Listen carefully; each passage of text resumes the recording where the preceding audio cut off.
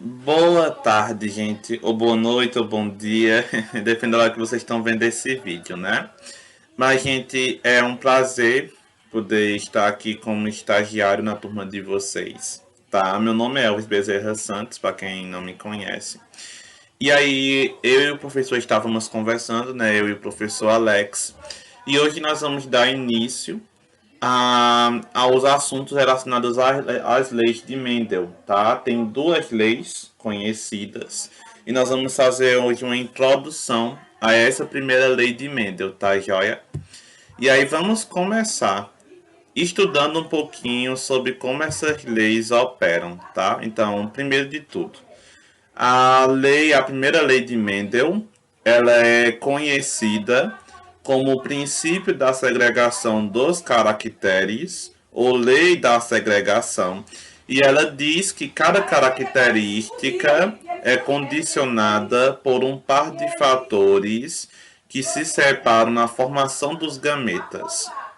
Em tese, para chegar a essa conclusão, Mendel fez uma série de experimentos com ervilhas. E aí a gente vai conseguir entender um pouquinho como foram feitos esses estudos e quais foram as conclusões desses experimentos. Então, para quem se pergunta o que seria uma segregação, segregação nada mais é do que uma consequência da localização dos genes nos cromossomos e do comportamento desses durante a formação dos gametas. Então, o objetivo de Mendel era compreender como as diferentes características eram transmitidas, tá? Então, isso transmitida de uma geração para outra. E aí a gente se pergunta, como foram feitos esses experimentos? Em tese, Mendel começou seus experimentos em 1857, quando trabalhou com o cruzamento de ervilhas. E aí, por que foi que ele escolheu as ervilhas? Porque elas possuíam várias características bem interessantes e que permitiam que fossem utilizadas no experimento. Dentre essas características, nós podemos ressaltar o curto tempo de geração, o alto número de descendentes e o cultivo que é bem fácil de ser realizado. Então ele optou pelas ervilhas devido a essas causas. E aí ele escolheu características das ervilhas que possuíssem duas formas diferentes. E aqui nós vamos entender um pouquinho quais são essas características. A imagem está aqui um pouquinho pequena, mas depois deixa eu ver se eu consigo aumentar aqui, para ver se a gente consegue enxergar melhor. Então eu vou baixar isso aqui. Pronto, ficou melhorzinho assim. Mas em tese é assim, pessoal. Mendel estudou 7 características diferentes das ervilhas. A primeira característica foi a forma da semente, se no caso lisa ou ondulada. A cor da semente, que no caso é amarela ou verde. A cor da flor, que é púrpura ou branca. A forma da vagem, que é inflada ou constrita, tá? A cor da vagem, que é verde ou amarela, ok? A posição da flor, que é axial ou terminal. E o comprimento do caule, se ele é alto ou se ele é pequenininho, que é considerado anão. Então apareceu um anúncio aqui. Mas vamos dar prosseguimento, tá? Vamos passar aqui esse slide. Dando prosseguimento, o que foi que Mendel obteve de resultados? Na verdade, antes de falar dos resultados em si, deixa eu adicionar uma cláusula nesses experimentos. Mendel utilizou ervilhas, plantas, né, chamadas de puras. O que é uma planta pura? Planta pura é na verdade, são organismos que após inúmeras gerações davam origem a organismos com as mesmas características, ou seja, uma ervilha verde dava origem a uma ervilha verde, por aí vai. Plantas puras são plantas que sempre vão gerar as mesmas plantas com as mesmas características. Tendo isso em mente, a gente vai então para os resultados. Vamos lembrar que nesse caso Mendel realizou a polinização cruzada das plantas puras. Pegou ervilhas puras e fez a polinização cruzada. E aí ele transferiu o pólen de uma planta para outra. Esse cruzamento é hibridização, o nome correto. E aí os progenitores puros, no caso a primeira linhagem de plantas, é chamada de geração P ou geração parietal, ou seja, a primeira geração de plantas é a geração P. Após cruzar a geração parietal, os descendentes dessa geração foram chamados de geração filial ou geração F1. Aí foi prosseguindo. O cruzamento entre indivíduos F1 gerou a geração F2 e por aí vai. Geração parietal, geração F1, geração F2. Tendo isso em mente, nós vamos agora para os resultados dos experimentos de Mendel. Mendel quis conhecer os princípios da hereditariedade e a partir dos experimentos com as ervilhas, ele conseguiu conhecer melhor. Então, para poder explicar a vocês, eu vou dar um zoom aqui agora, nessa imagem, tá? É um exemplozinho para a gente conseguir entender. Isso é o que eu já falei para vocês. Geração P é a geração parietal. Geração F1 é a geração de filhos, né, descendente da geração P, e F2 descendente desses daqui. É uma sequência, são gerações, tá? Então vou explicar para vocês como é que a gente consegue compreender esses resultados de Mendel de maneira bem simples. Primeiro de tudo, vamos levar em conta o cruzamento entre plantas que geram flores de cor roxa e plantas que geram flor branca e roxa, ok? Branca e roxa.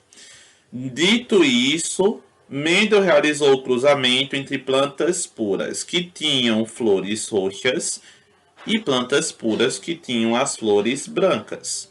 O cruzamento, aqui está o cruzamento, gerou híbridos, aqui vamos supor autopolinização. A cor roxa, planta roxa, gerou plantas roxas. Plantas brancas gerou plantas brancas. Autopolinização, ok? Elas se autopolinizaram. Essa é a geração P, tá? A geração F1 é proveniente do cruzamento entre plantas roxas e plantas brancas. Só que você consegue perceber que quando cruzou roxo com branco, só saiu plantas roxas. E aí a pergunta que eu vou fazer a vocês é: o que aconteceu com a cor branca na geração F1? Ela não está mais aqui. Ela sumiu, ela não está presente. Qual é a explicação por trás disso? Esse foi o questionamento de Mendel na época. Por que só saiu flor roxa na geração F1? E aí agora vamos para a geração F2. A geração F2, Mendel não parou seus trabalhos na geração F1, não. Ele prosseguiu para a geração F2. E aí, quando saiu, 100% das plantas tinham a cor roxa. 100%. Então, quando ele fez a fecundação entre plantas F1, apareceu a F2. E sabe qual foi a grande reviravolta? Como se fosse um plot twist de um filme. A geração F2, uma florzinha aqui branca, uma flor branca reapareceu. E aí qual é a explicação por trás disso? Por que na geração F1 não teve flor branca? E por que na F2 teve? Vamos constatar aqui que no caso são 4 flores. 3 delas, ou seja, 75% delas, tinham a cor roxa. E uma delas tinha a cor branca. Só uma. Ok, mas apareceu novamente. E agora nós vamos para as conclusões de Mendel. Você consegue perceber já por que foi que só saiu branco? Só saiu uma. Por que foi que não saiu branco na geração F1? Essa é a pergunta que eu faço para vocês. E aí eu vou prosseguir para o próximo slide. Pessoal, dando prosseguimento. Isso aqui repetindo, tá? Plantas puras, o cruzamento entre plantas puras gerou plantas da cor roxa. Aqui é roxo, mas eu ia botar roxa, tá? Roxa. Então a F1 só tem plantas roxas, como tá aqui na imagem. Só que aí quando fecundou plantas F1, gerou 3 plantas com flores roxas e uma planta com flor branca. E aí isso levou um questionamento para a pessoa, para Mendel. Por que isso aconteceu? Por que, que na F1 não teve flor branca? E por que na F2 teve? Esse foi o levantamento de Mendel. Vamos prosseguir então com as conclusões desse experimento que já está acabando da aula, inclusive. Vamos então para as conclusões do experimento de Mendel para a gente poder entender melhor como o que foi que a gente aprendeu com esses experimentos. Primeira conclusão: existem fatores responsáveis por uma característica. No caso do experimento de um experimento, podemos concluir do experimento com a flor branca e roxa. Podemos concluir que existem fatores que determinam a cor branca e a cor roxa. Ou seja, existem fatores que condicionam a cor roxa e fatores que condicionam a cor branca. Esses fatores, hoje em dia, são chamados de genes, pessoal. E as versões dos genes são chamados de alelos. Isso a gente vai conseguir destrinchar quando a gente for resolver os exemplos nas próximas aulas. Você tem que saber de imediato que os genes são responsáveis por condicionar uma característica. Existem genes que condicionam a cor roxa e genes que condicionam a cor branca. Ok. Segundo ponto. Cada indivíduo, cada ser, possui 2 fatores. Um fator proveniente do pai e outro fator proveniente da mãe. Isso significa que cada organismo tem 2 alelos, um da mãe e outro do pai. Ok. Então, no caso dessas plantas, os descendentes tinham flores, tinham fatores, tinham genes para flor branca e para flor roxa. Ok. Terceira constatação de Mendel. Existem fatores dominantes e recessivos. Esse aqui é um ponto importante a ser levantado por qualquer pessoa. Preste muita atenção. Os alelos dominantes, os fatores dominantes, eles prevalecem sobre os recessivos. Ou seja, no caso das plantas do exemplo anterior, o alelo para a cor roxa era dominante e a cor branca era recessiva. Para que a cor branca pudesse aparecer, só pode ter alelos que condicionem a cor branca. Se tiver um alelo para a cor roxa, quem vai se manifestar é a cor roxa. Então, gente, isso é importante que vocês consigam ter isso em mente. Voltando para aqui para cima. Vou aumentar aqui o zoom. Olhem para cá para cima. A geração F1. Todos eles, aqui tem a flor roxa. Mas eles possuem um genezinho, um alelozinho para a cor branca. Um alelozinho, só que se tiver um alelo para a cor roxa, quem vai se manifestar é a cor roxa. Ok? Então, no caso, a cor roxa é dominante sobre a cor branca, que é recessiva. Ok, pessoal? E a quarta conclusão é que... Deixa eu diminuir um pouquinho o zoom aqui. Eita, pera aqui. Ok. cada indivíduo passa apenas um fator para cada característica em cada gameta. Em termos mais simples, cada alelo se separa durante a formação dos gametas e apenas um alelo vai estar no gameta. É um pouquinho difícil, mas depois vocês vão poder reassistir e podem perguntar caso tenham dúvidas. Mas para conseguir consolidar melhor nosso conhecimento, vamos analisar um esquemazinho. Porque esse esquema aqui vai fazer com que vocês consigam entender, porque genética envolve cálculo. E os cálculos daqui são bem frequentes, quando a gente vai falar de cruzamentos. Então vamos falar aqui, esse esquemazinho aqui, tá? Nós temos a flor púrpura ou flor roxa e a flor branca. Perceba que embaixo de cada flor tem letras.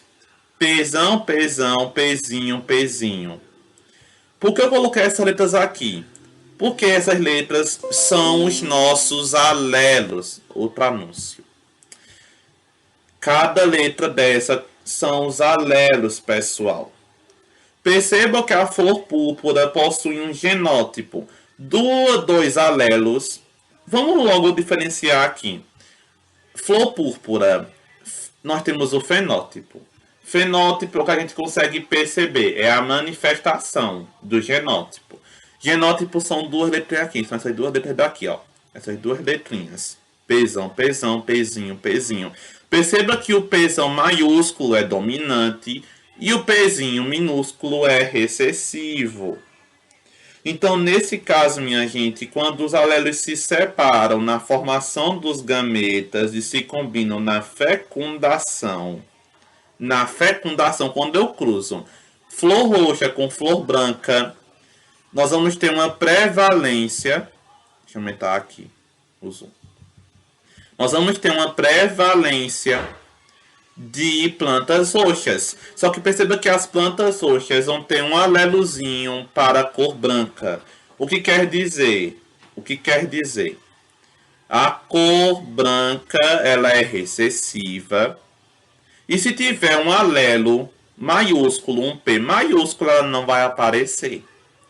Então, nesse caso, minha gente, quando vocês forem fazer os cálculos nas próximas aulas, nos exercícios, vocês vão ter que montar um pequeno quadradozinho chamado quadrado de Punnett. Ok, quadrado de Punnett. Se escreve assim, olha. P-U-N-N-E-T, Punnett, se pronuncia Punnett.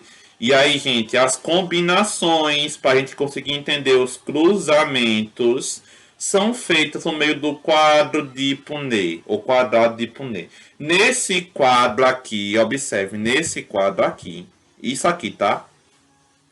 Nós colocamos os alelos de um indivíduo na horizontal, flor branca na horizontal, flor roxa na vertical. Ok? Então, dito isso, depois nós vamos trabalhar com os exemplos. Porque a gente tem que entender, por exemplo, o que é que vai acontecer, tá? Quando a gente cruza uma planta dessa cor com uma planta de outra cor, ok? E aí, finalizando nossa aula, vamos entender um pouquinho o enunciado da primeira lei de Mendel. Todas as características de um indivíduo são determinadas por genes que se separam durante a formação dos gametas, sendo que, assim, pai e mãe transmitem apenas um gene para seus descendentes. Se eu vou levar em conta aqui, esse de Mendel,